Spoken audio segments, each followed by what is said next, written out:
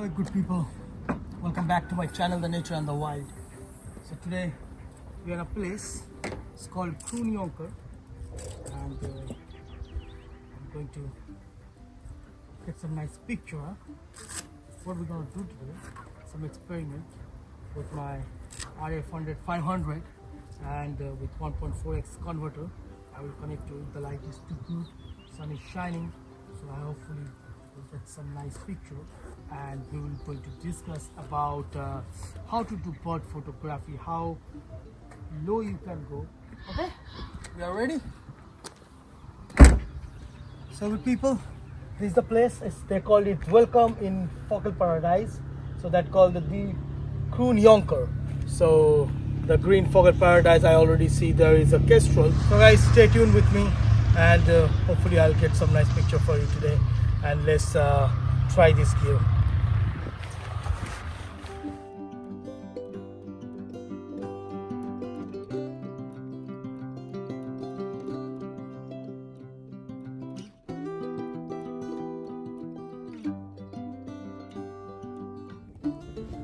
Hey guys, so for the bird photography, it's very important that you go to the eye level of the bird.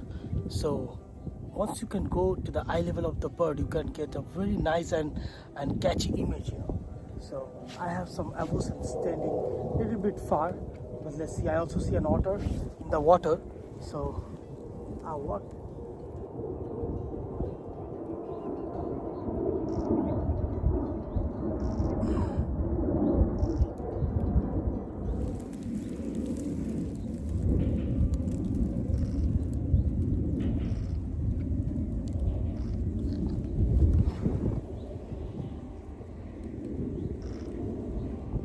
Just went into the water, so hopefully it come out. I will wait here.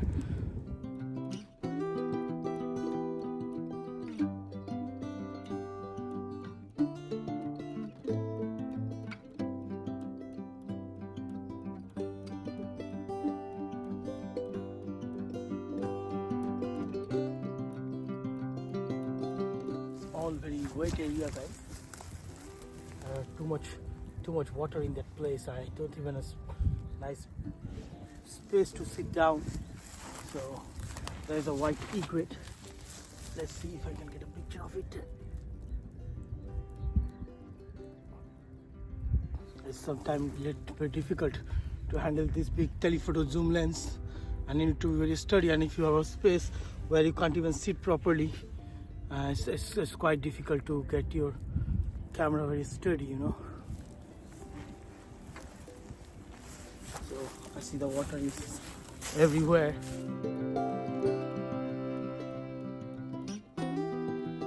By the way, I'm having my EOS R7 and pairing it with the 1.4x converter, you know, extender, and giving me quite a good range. So hopefully, I don't see the otter anymore. I think it just went off somewhere. Okay guys, let's move. Let's see what else we can see.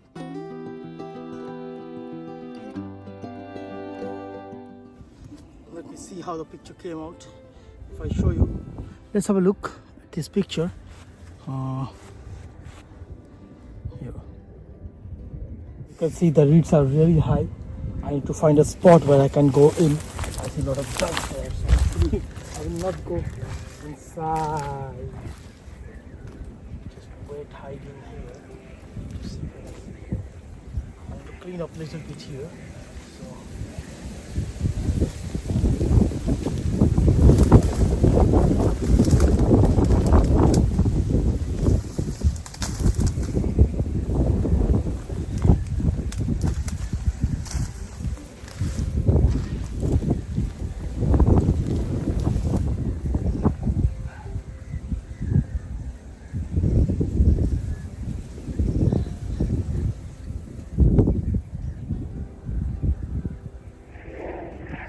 So another way, because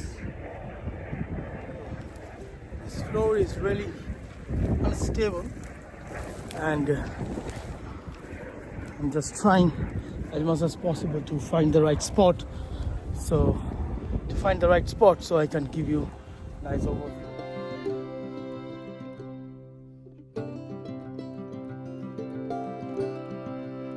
Guys, if you are out in the wild and try to learn the wildlife photography, especially the bird photography, it's always needed. The first thing is the patience. So you really need to have patience, and the second thing, to know your gear really well.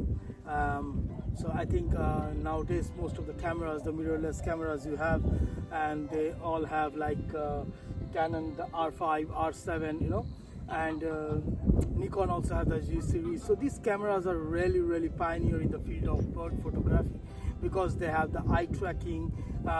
Some of the cameras have really advanced eye tracking options, and you can settle each and every options according to your need. You know, you can track the birds as much as possible. You can track the subject's eye, and it's never exceed your focus points. And once you set up all of these things, you know how incredible it is that you get a nice and clear image.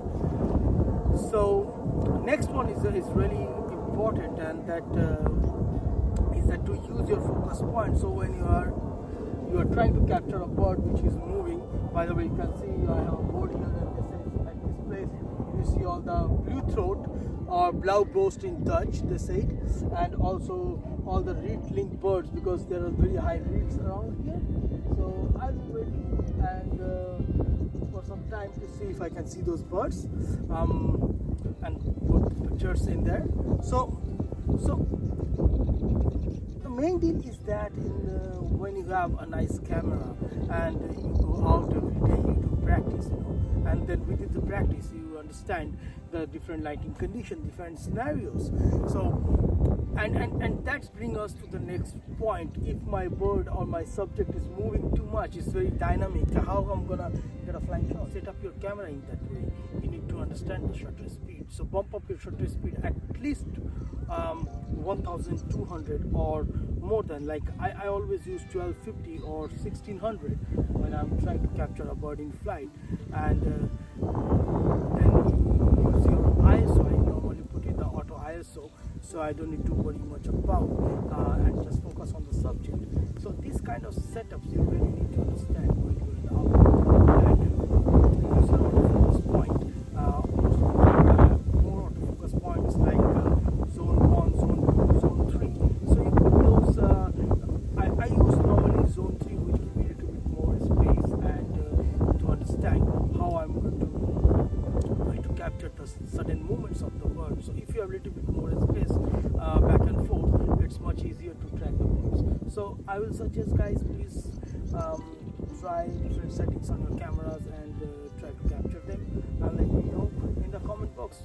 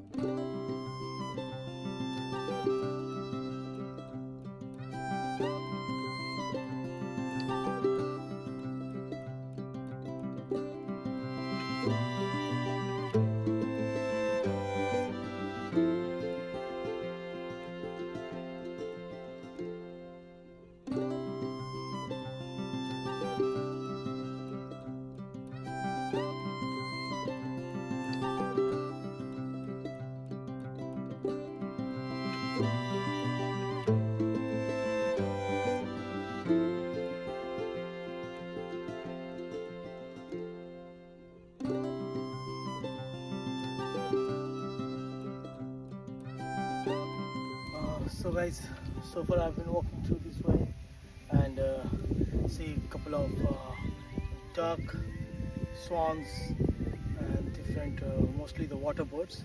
Got a little bit nice pictures, but let's see how they come up. So far so good. This Canon R7 with the RF 100-500 and with my 1.4x works perfectly fine. Every time the autofocus speed nailed it, and at least on the screen the pictures look sharp. So when I put it in the computer, then I know how much sharp those pictures came up. But so far so good. I'm very happy with this combination.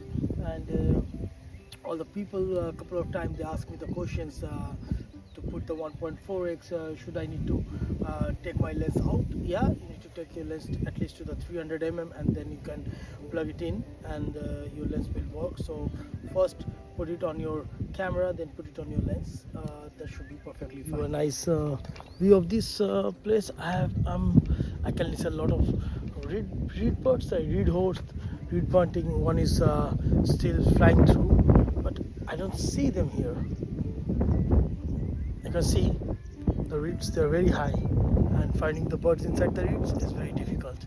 Here one is flying over me, reed bunting.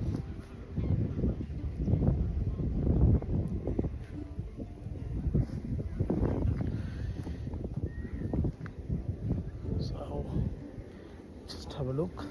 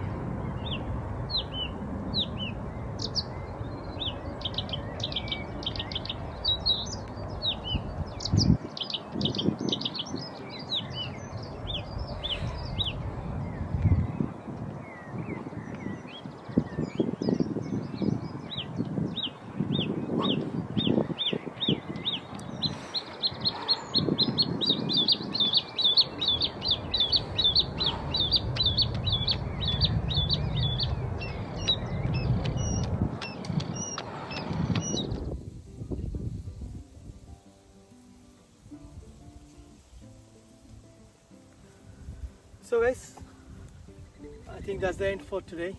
I haven't seen a lot of bird apart from some of the water birds, and it's getting cold. Still I have quite a sunlight, but it's getting 6:30, so I decided to go back home and come back some another time. I didn't find the cuckoo I was looking for, which someone posted on the Facebook that they have seen it here, and I hope you have liked my video. Please put your comment in the comment box and put your questions. And so far so good, this gear served me very well. It's really worth of the money, and if you have light like this, you can always attach your 1.4x teleconverter, which I have, and that gives you f10. But in the f10 the image is really sharp, at least I can see it on my screen, and I will put all the videos and pictures I have taken today into the video. So hopefully you like it, and please put your questions in the comment box. I'll get back to you. So please like, share and subscribe my channel, and thanks for staying with me. Thanks a lot.